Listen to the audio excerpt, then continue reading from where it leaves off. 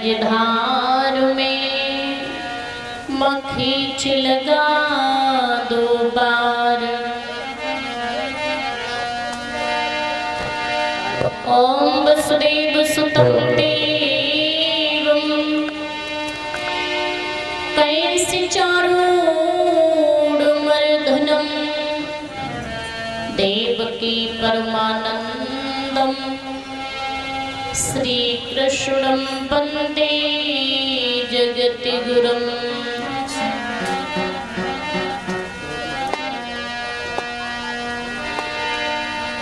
करम करम से सब तुझे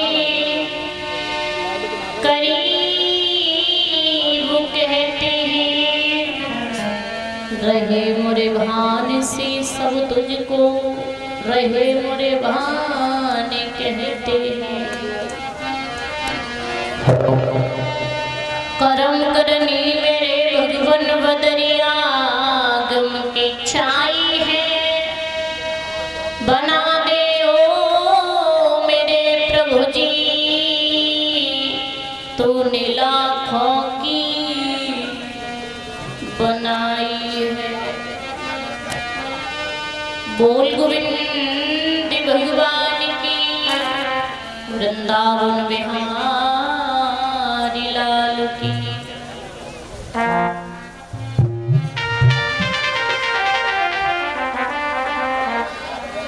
सभी भक्तजन कराई ले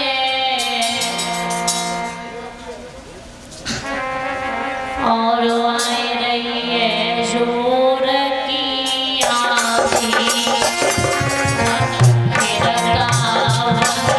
कराई ले आए रही है जोर की आँधी।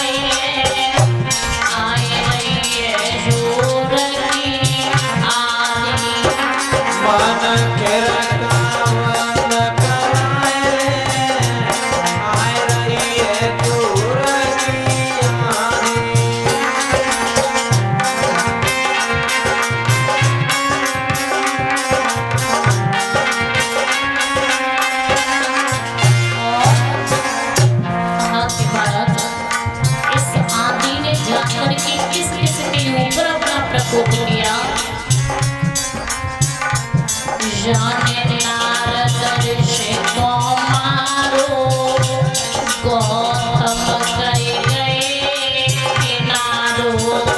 जाने नारद ऋषि को मारो, गौतम गए किनारो। जाने नारद ऋषि को मारो, गौतम गए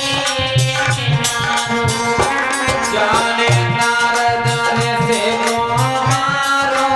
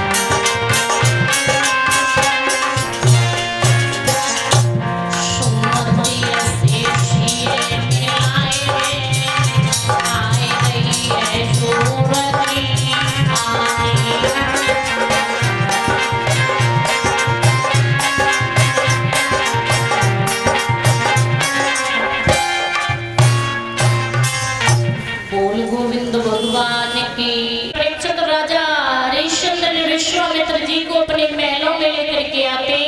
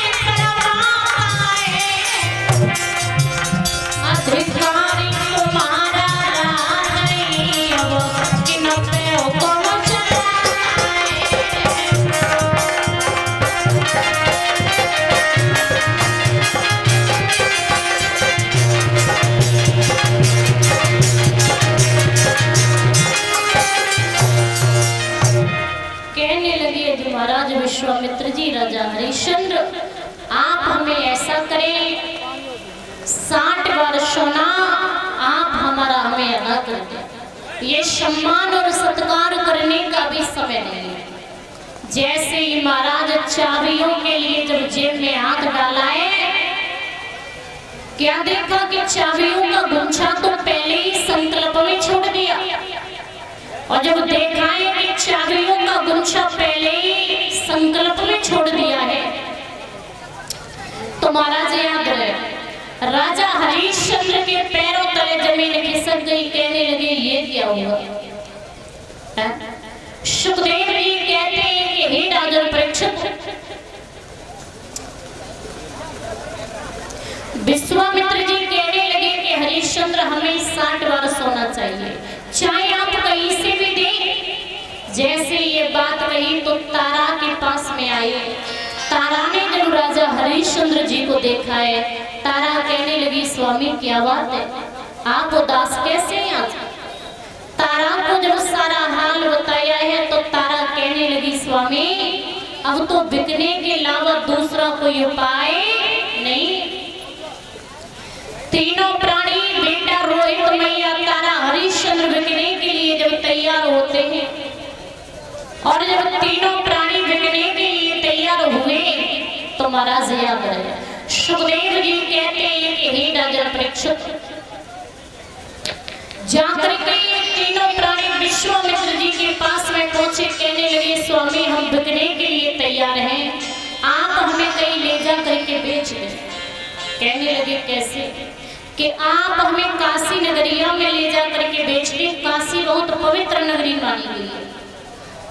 जैसे ही ये बात कही कि आप हमें काशी में ले जा करके बेच दें, तो महाराज याद रहे, सुखदेव जी कहते हैं कि हे राजा परीक्षित, तीनों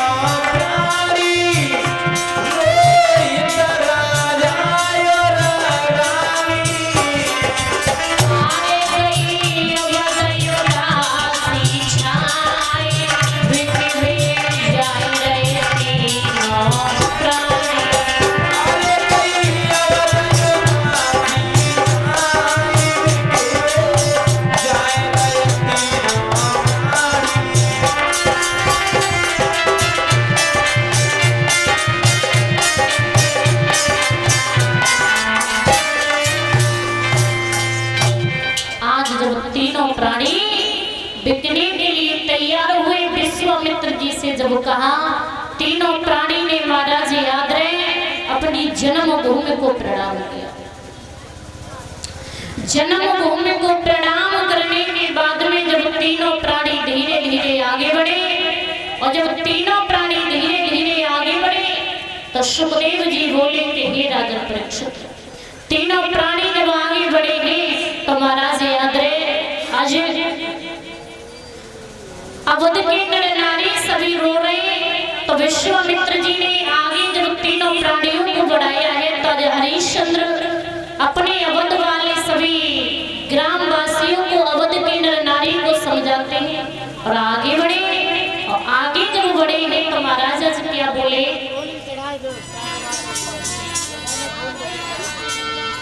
आरे छोड़ चले राजधानी अपनी छोड़ चले, छोड़ चले राजधानी अपनी छोड़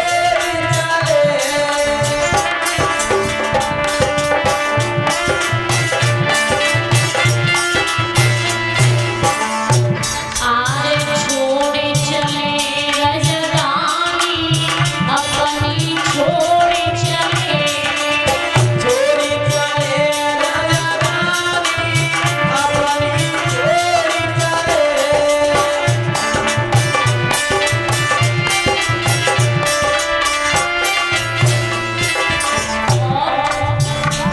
आरे हरिश्चंद्र ने सब नहीं छोड़ा, हरिश्चंद्र ने सब नहीं छोड़ा, तारावती ने मुख नहीं मोड़ा, तारावती ने मुख नहीं मोड़ा, हरिश्चंद्र ने सब नहीं छोड़ा, तारावती ने मुख नहीं मोड़ा।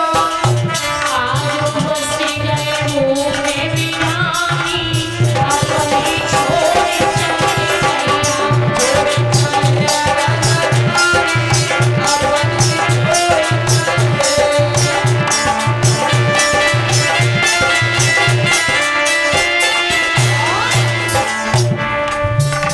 आरे बड़े बड़े ज्ञानी जग में गए, बड़े बड़े ज्ञानी जग में नाम छुले गए, नाम छुले गए, नाक छुले गए, नाक छुले गए। बड़े तेज धर्म की हानि अपनी छोड़ चले गए। छोड़ चले राजधानी अपनी छोड़ चले।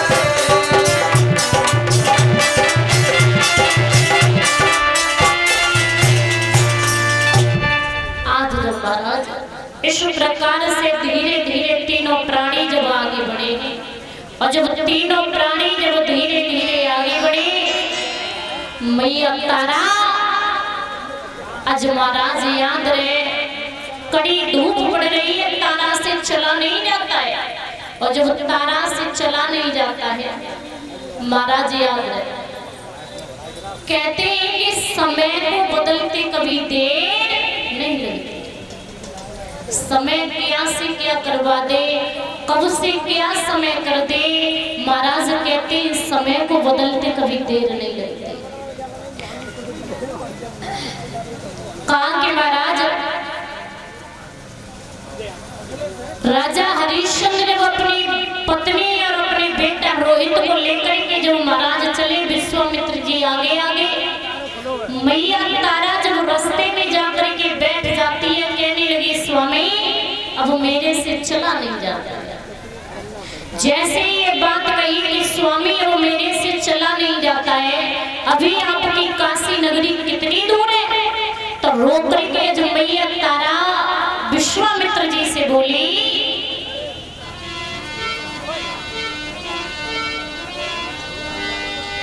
कि आरे तेरी काशी कितनी दूर, और मुनिवर चलत चलत हमारी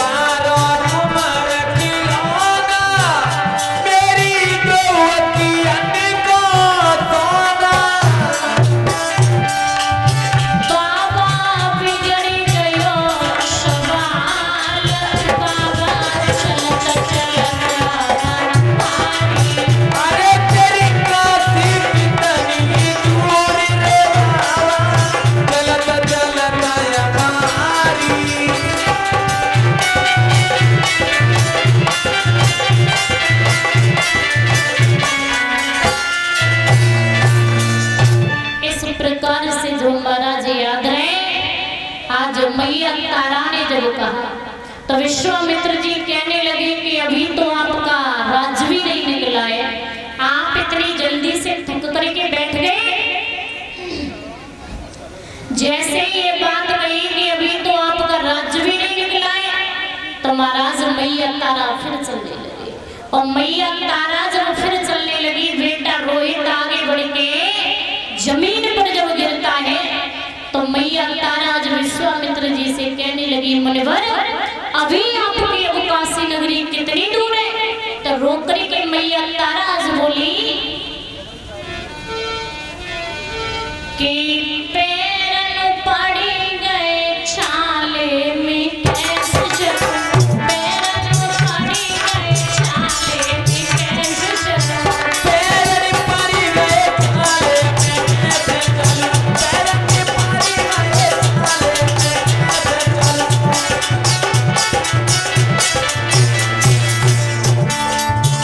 मैया तारा बोली, स्वामी अब मेरे से चला नहीं जाता। और बोली, अरे कभी न उतरी थी महलों के नीचे, कभी नहीं उतरी थी महलों के नीचे, कभी न उतरी थी महलों के नीचे, कभी नहीं उतरी थी महलों के नीचे।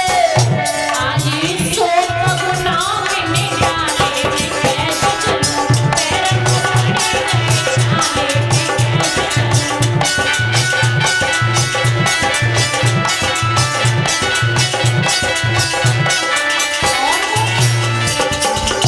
अरे कभी न उतरा था गोदी से ललना, कभी नहीं उतरा था गोदी से ललना, कभी न उतरा था गोदी से ललना, कभी नहीं उतरा था गोदी से ललना।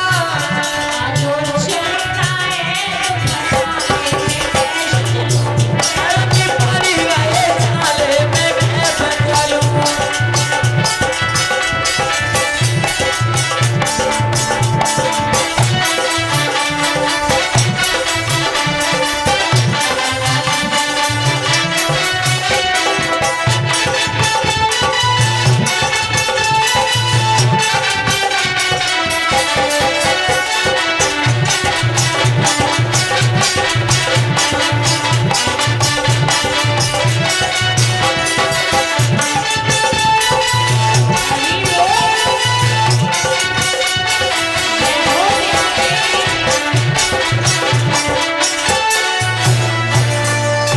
जैसे ये महाराज मैया तारा ने जब ये बात कही तो महाराज याद रहे विश्वामित्र जी खिलौना मेरी दो अखियन का सोना, बारोला खिलौना मेरी दो अखियन का सोना, बारों उमर खिलौना मेरी दो अखियन का सोना। बाबा बिगड़ गयो सवाल, बाबा चलता चलता पारी, अरे तेरी काशी कितनी दूर रे बाबा, चलता चलता यमारी।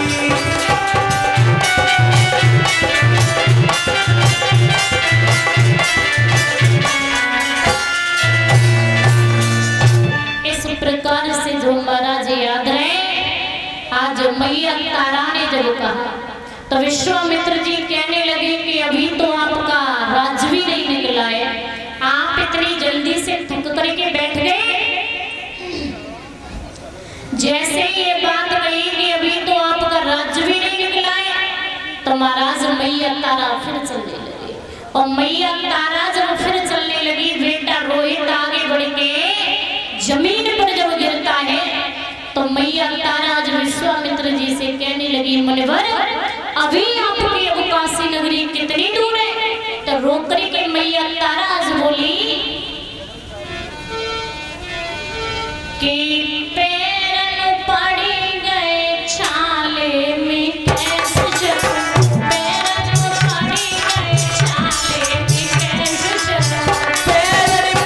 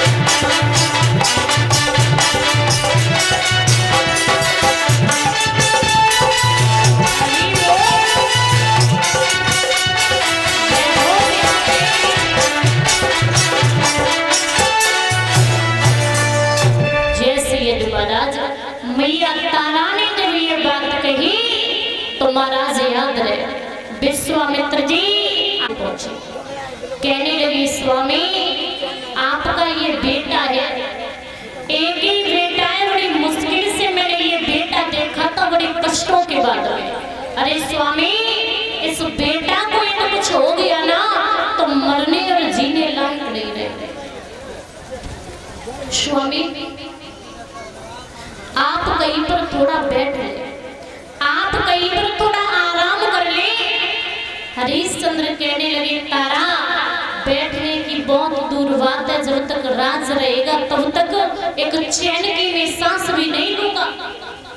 तो जब तारा कहने लगी स्वामी आप मेरी एक बात सुने, और तारा बोली है जो रो करके हरिश्चंद्र जी से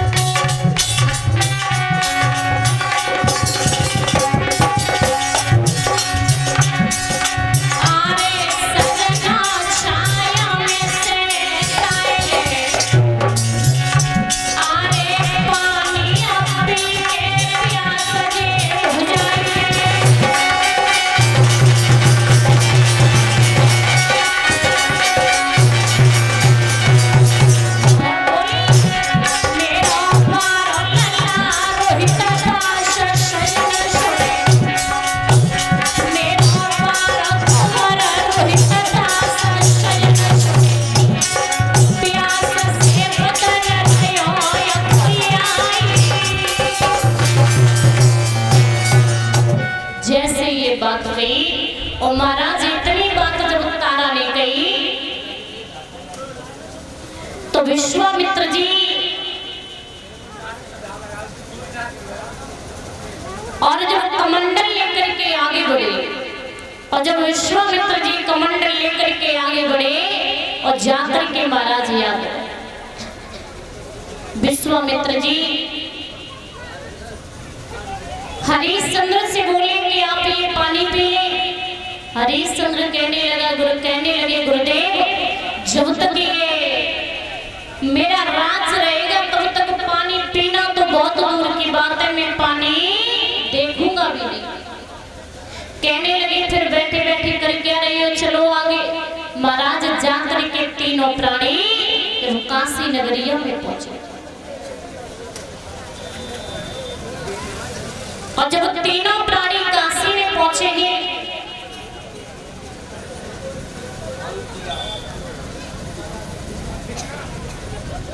विश्वामित्र जी ने काशी में जाकर के आवाज लगाई, और जब आवाज काशी में जाकर के लगाई है तो महाराज याद रहे काशी के सभी नर नारी आने लगे।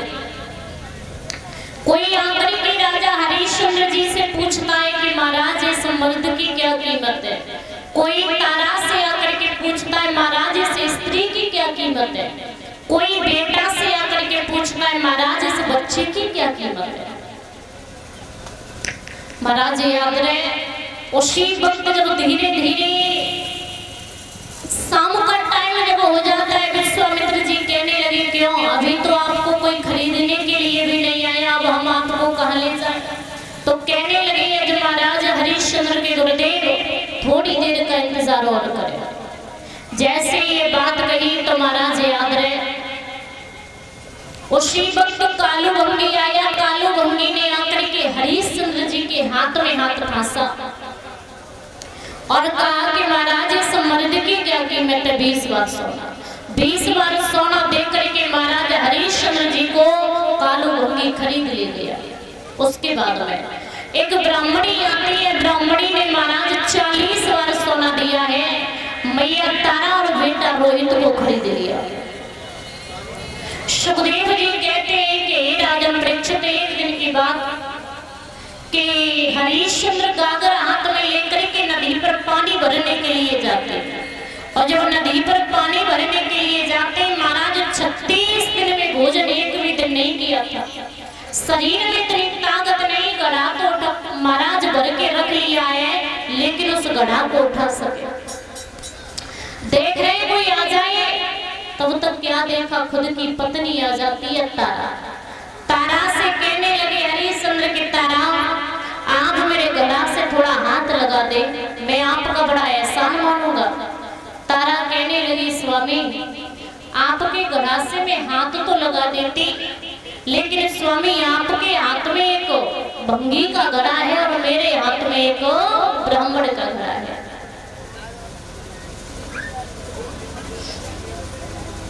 मेरा धर्म नष्ट हो जाएगा।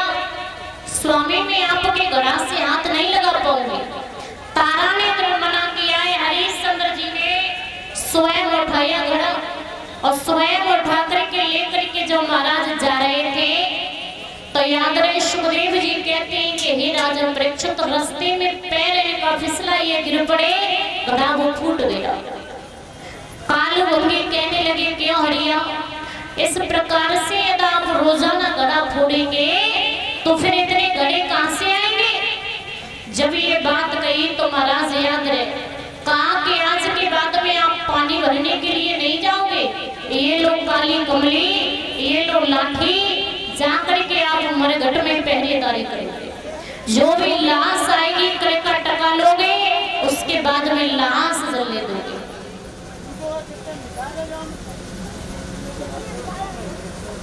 जाकर के महाराज मरघट में जो पहरेदारी करने लगे हैं और जब मरघट में पहरेदारी करने लगे हरिश्चंद्र, एकादशी का व्रत आता है। मैया तारा अपने बेटा रोहित को बाग में फूल लेने के लिए भेजती है।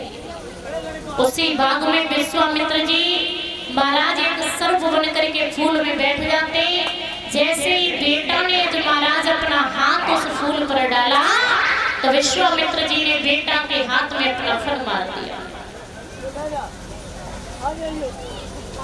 जैसे ही विश्वामित्र जी ने बेटा के हाथ में अपना फन मारा, बेटा रोहित तो मामा कह के जमीन पर गिर पड़ा और जैसे ही बेटा जमीन पर गिरा महाराज विश्वामित्र जी ने काशी में आवाज लगा दी, काशी के लोगों किसी का बेटा बाग में गया है, उसे एक जहरीले सर्प ने काट लिया है, बाग में पड़ा वो मामा चिल्ला रहा है।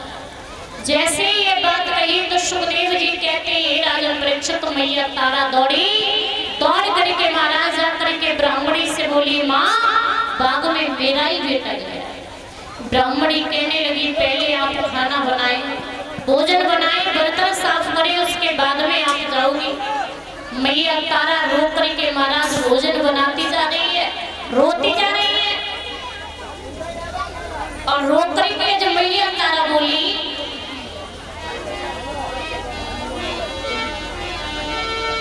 आरे भोजन रही बनाए और मात की फूटी बवकारी,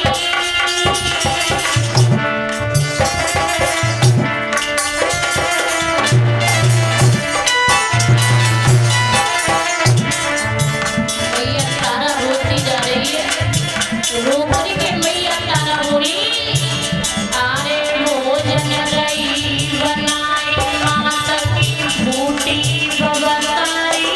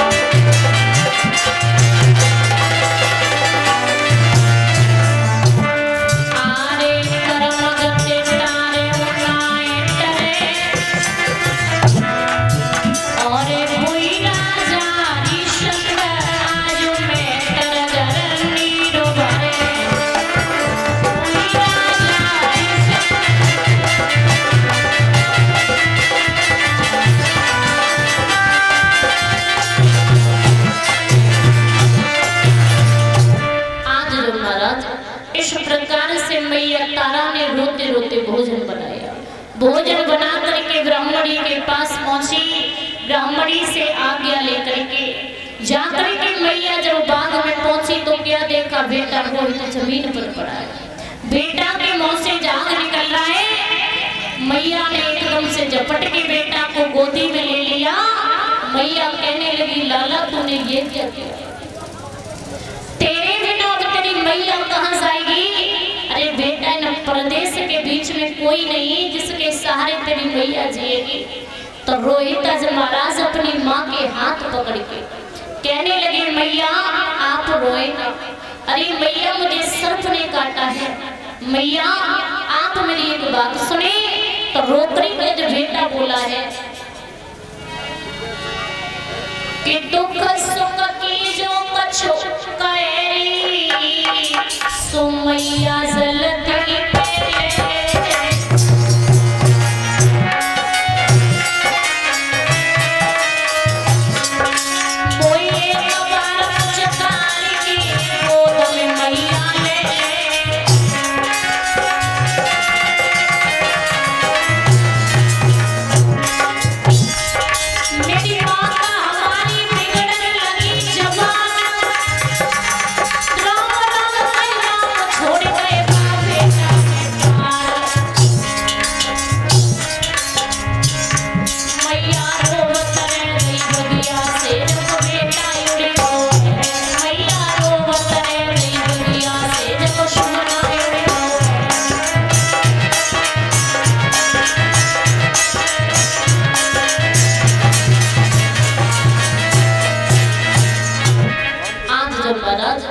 इस प्रकार से मैया तारा की गोदी में जब बेटा रोहित ने अपने प्राणों को छोड़ा, प्राण जब मैया तारा की गोदी में निकले तो महाराज मैया तारा रो करके बेटा के मुंह पे मुंह रख के एक बात बोली, लाला तेरे बिना इस प्रदेश में तेरी मैया का कोई भी नहीं है। अरे लाला, तू मेरी एक बात